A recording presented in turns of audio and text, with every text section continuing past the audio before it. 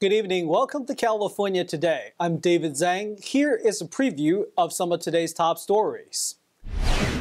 Texas sent a busload of 42 illegal immigrants to Los Angeles Wednesday. They were dropped off at downtown's Union Station.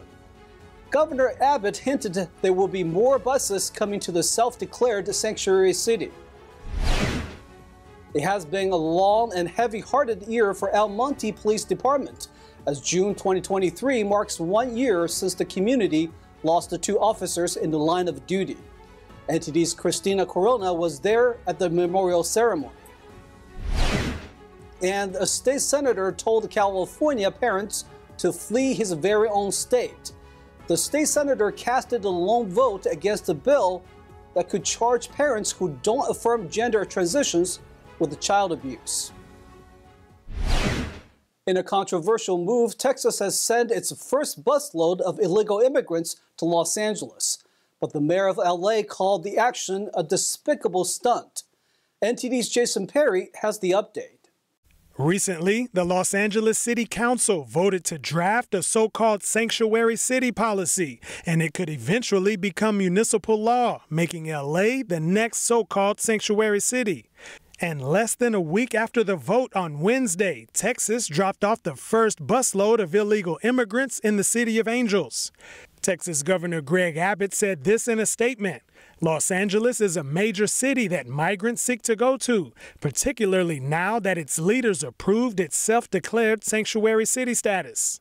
Abbott also repeated his reasoning for relocating the illegal immigrants, saying, "Our border communities are on the front lines of President Biden's border crisis, and Texas will continue providing this much-needed relief until he steps up to do his job and secure the border."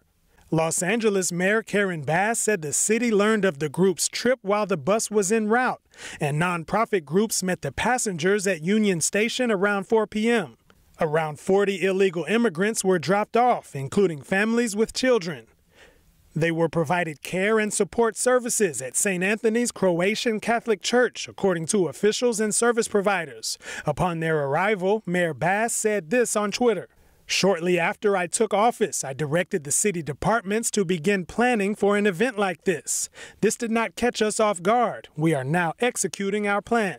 And she added this: "Los Angeles is not a city motivated by hate or fear, and we absolutely will not be swayed or moved by the petty politicians playing with human lives."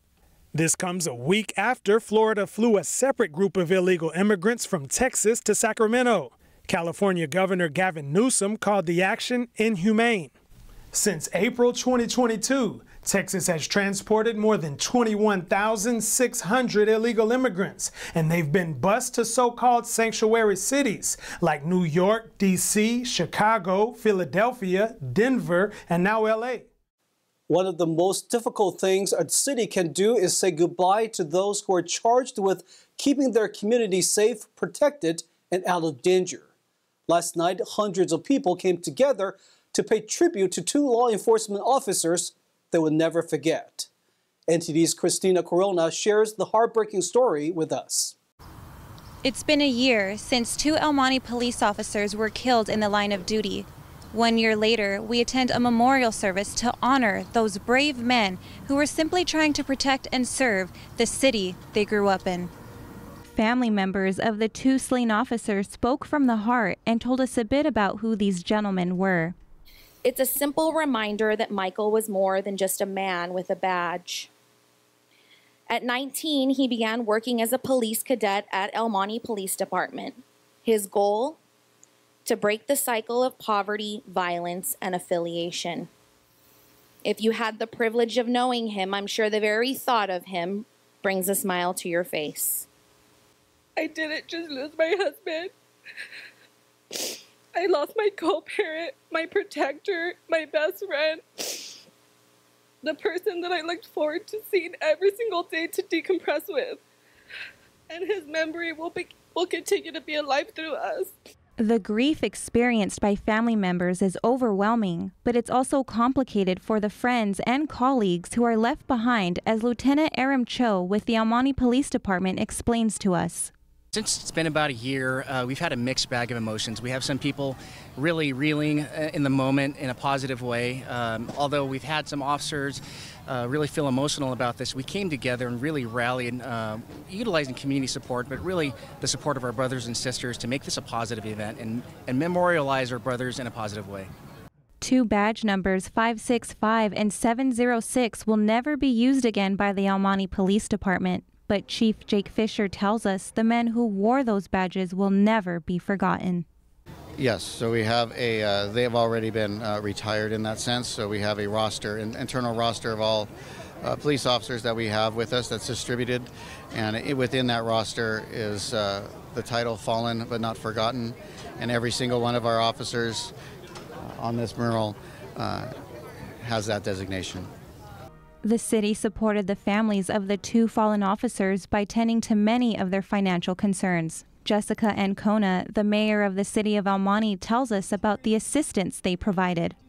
Well, upon the death of our officers, the city council, took action to make sure that the families were received their benefits, were covered, whether it be health and welfare benefits. We made sure that there wasn't a lapse.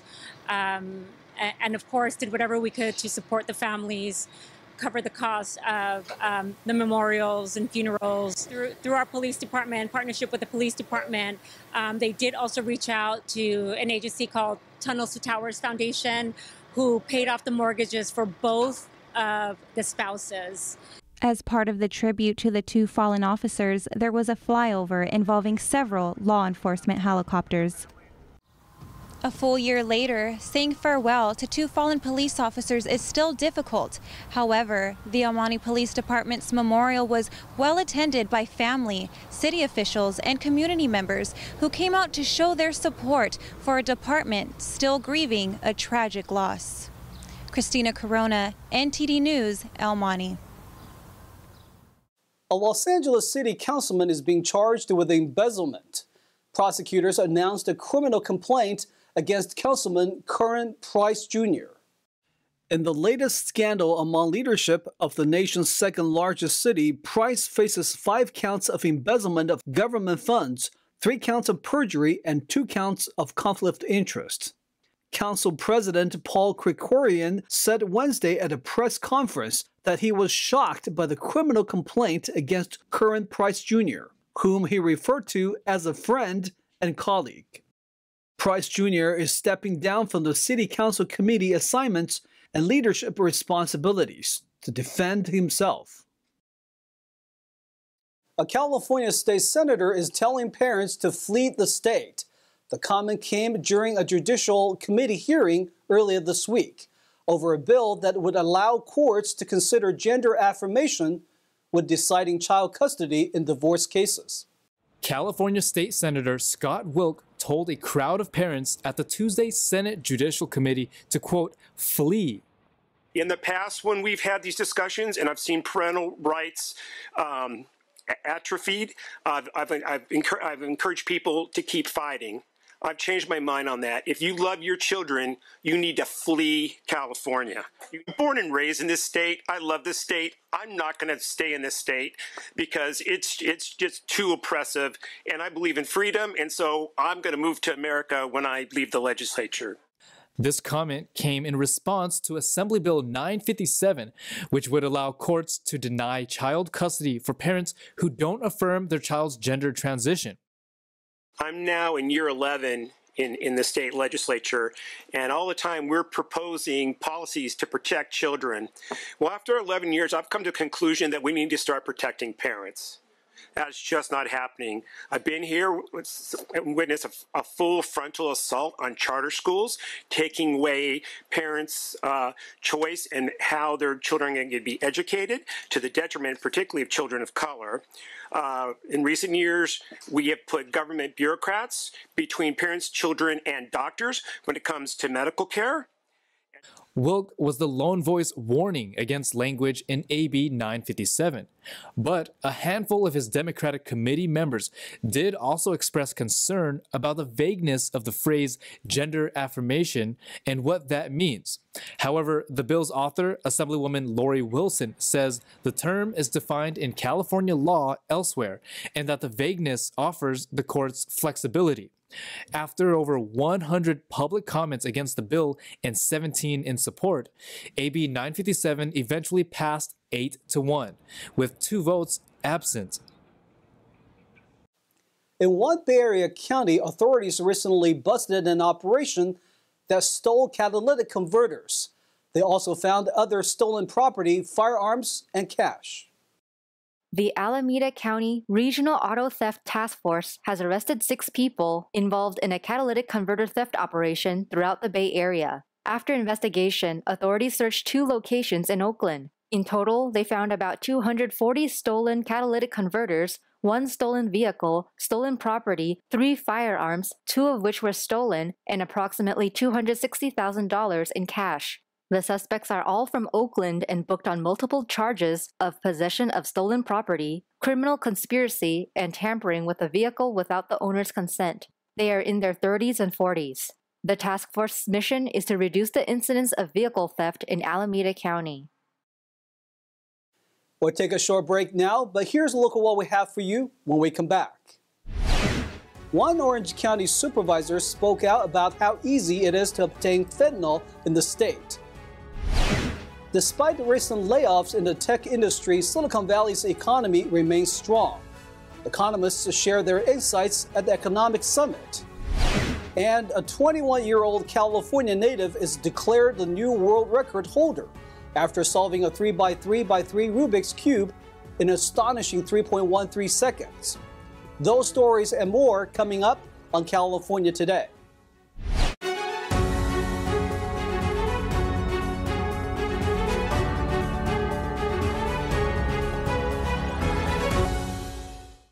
Welcome back to California Today. I'm your host, David Zhang. What do fentanyl and Uber takeout have in common? Well, according to one Orange County supervisor, they're equally as easy to obtain in the state of California. Rising fentanyl-related deaths among the state's homeless. Young teens overdosing from fake pills laced with the synthetic drug. Such cases have been making headlines in the past year, and Orange County Supervisor Doug Chafee told the Epoch Times' Jack Bradley that this is because purchasing fentanyl is now easier than ever. You can now go on social media. You don't have to contact your favorite drug dealer on the street. You can actually order it now through your iPhone. And so that's what our youth do. They're very adept at computers, internet, iPhone, all those sorts of things. So it's almost as easy as ordering an Uber. Orange County authorities seized nearly 550 pounds of fentanyl last year. Chafee says this is enough to provide over 100 million lethal doses. In context, this is around 30 times larger than the population of Orange County. In 2016, Orange County had 37 deaths from fentanyl, but that number jumped to 717 in 2021. And social media has become the main method young adults are using to buy this drug. They are experimenting at that age. On social media, they may try some other kinds of drugs, and unsuspectingly, they may buy one of these kinds of things they think is recreational. They take it, and it's not. It's much more powerful than they suspected. That's what happened to Alexander Neville. After his death, his parents learned the pill contained enough fentanyl to kill 3 people. So his mother, Amy, and family founded the Alexander Neville Foundation, which educates the community on the danger of fentanyl and how you can use it through an antidote we call Narcan. According to the U.S. Department of Justice, over 107,000 people in the U.S. died from drug overdoses between August 2021 and August 2022. Since then, the U.S. Drug Enforcement Administration, along with multiple state and local governments, have launched a One Pill Can Kill campaign to raise awareness about the dangers of fentanyl. To watch the full program, find California Insider on YouTube or Epoch TV on the Epoch Times website. A newly opened animal shelter in Southern California's Newport Beach has been named one of the state's 2023 nonprofits of the year. This is a part of a program where state legislators select nonprofits for the work they do in their districts. Let's take a look. The Friends of Newport Beach Animal Shelter was recently honored through the Nonprofit of the Year initiative. The program included a recognition ceremony at the state capitol on June 7th, also known as California Nonprofits Day. The animal shelter opened last month and is the city's first permanent animal shelter. According to its founders, the shelter was first opened to provide more specialized care and expanded treatments for animals that might otherwise be euthanized. So shelter staff provide care in an attempt to make their animals more viable for adoption. The city's Animal Control Department operates the shelter, while the city is responsible for operating, managing, and maintaining the building. According to an economist, Silicon Valley's San Jose is looking to be in a good spot for economic growth, despite the news headlines. NTD's David Lamb has the story. I'm here at San Jose State University, and I just attended the Economics Summit. One of the key speakers, Christopher Thornburg, who's the founding partner of Beacon Economics, provided his analysis on the state of the economy around the Bay Area. The reality is, of course, is Silicon Valley is doing great. You look across the Bay Area, unemployment is back to a record low level, incomes are rising. The biggest issue is the lack of labor force, and that, of course, is driven largely by the fact that the area has not built enough housing to meet demand over the last 20 years or so. According to Beacon Economics, Thornburg became nationally known for forecasting the subprime mortgage market crash that began in 2007 and predicted the recession that followed. On Thursday's conference, the Economist pointed to narratives that influence the economy currently. Now, I know that that's not the story you hear in the paper all the time, but remember, these stories we hear are all based on this narrative of miserableism that has so profoundly infected our economy. In so many different ways, the news you hear on a day-to-day basis in those headlines is not reflected in the data. Thornburg does say there are some stressors, such as the NASDAQ coming down from 2021 highs and venture capitalist funding is cooling off from excessive levels of 2021. As for inflation, Thornburg says panic over full employment has negatively impacted price stability and that it would go away in a few years if the reserve rate is left alone. Areas like downtown San Jose and San Francisco may seem empty due to work-from-home policies. We're going through what I would call a bit of a transition, and that is to say that a lot of employees would like to work from home for a couple days. And employers and employees are sort of struggling over this. At the same time, he says the downtown district is important. Downtowns exist for a reason, something I always try to get across. I know it's an odd thing, but when you think of a downtown, you're thinking of a place that has expensive office space, has expensive commutes, has expensive lunch, and yet all these businesses cluster in these downtown areas. Why? Well, economists say there must be some offsetting benefit to being in these dense job areas. Well, those offsetting benefits, such as liquid labor markets, such as tech transfers, and all these other. He's saying it's an issue of excess office space, which could be converted into housing. In San Francisco, for example, yes, there was a mall that just closed for all sorts of different reasons. But you know, taxable sales, hotel data, airport information from SFO actually says San Francisco is in the midst of recovery right now. Tourism is starting to come back. Jobs are starting to come back. As for the AI sector, one venture capitalist says the level of competition allowed AI to progress. Like from NVIDIA, from Intel, from AMD, all the chips. So you can process a lot of data in a much faster way in the cloud computing. So now what you see right now, especially with ChatGPT and all that came out just 6 months ago, large language models, they could not be possible unless you have a lot of compute power. In San Jose, California, David Lamb, NTD News. In Southern California, a new world record has been set for the fastest time to solve a Rubik's Cube.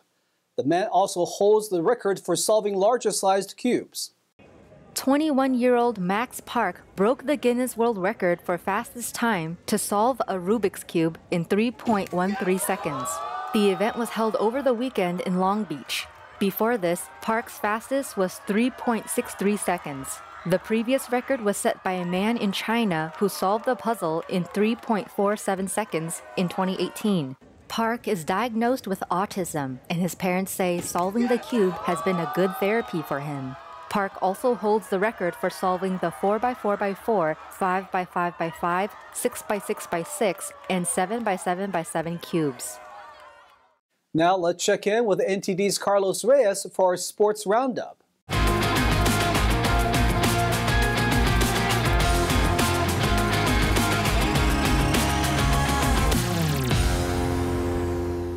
This is your California Sports Roundup, and I'm Carlos Reyes.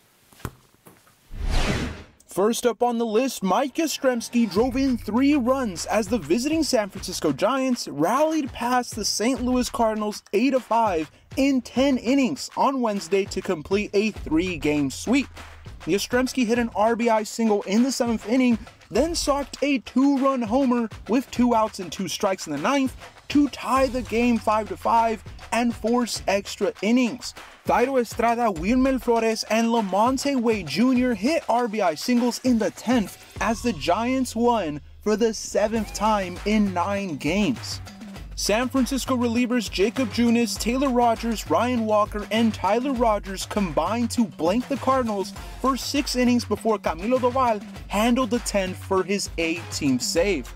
Tommy Edman hit a grand slam for the Cardinals, who lost for the 12th time in 15 games. Steven Matz allowed 3 runs in the 10th inning. Michael Wacha allowed 4 hits over 6 shutout innings, and Fernando Tatis Jr., Manny Machado, Juan Soto, and Nelson Cruz hit solo homers as San Diego defeated visiting Cleveland. Tatis added 2 doubles and 2 stolen bases as the Padres earned their 5th win in the past 6 games. The Guardians have lost 3 of their past 4. Cleveland starter Aaron Savale gave up 2 runs on 5 hits in 3 innings. Padres 5, Guardians 0. Jake Burger clubbed 2 homers and drove in 3 runs, while Clint Frazier delivered the tie-breaking single to help Chicago win in Los Angeles and end a 3-game slide. Luis Robert Jr. also homered for the White Sox, who scored 6 runs over the final 2 innings. After Burger smacked a 2-run blast off the left field foul pole to knot the score at 4, Alex Vesia entered and plunked Andrew Benintendi, who moved to second on a wild pitch. Frazier then bounced a 1-out single to center to score Benintendi with the go-ahead run. Reynaldo Lopez pitched a perfect 7th for the White Sox, who got 3 hits from Yasmani Grandal. Chicago's Mike Clevinger left in the 5th due to right bicep tightness. He allowed 3 hits and 2 walks and struck out 5 in 4 scoreless innings. White Sox 8, Dodgers 4. That is it for today's Sports Roundup. Thank you for watching. I'm Carlos Reyes. Thanks, Carlos, and that's all we've got for you tonight. We would like you to join us again on California Today every weekday at 8 p.m. Make sure to check out our broadcasts at ntd.com/California-today. You can also find all of our top latest clips there, ready to share with friends and family. Send us a message on Facebook, Twitter, Instagram, Ganjin World, or through our email, california.today@ntd.com. I'm David Zhang. Have a wonderful evening.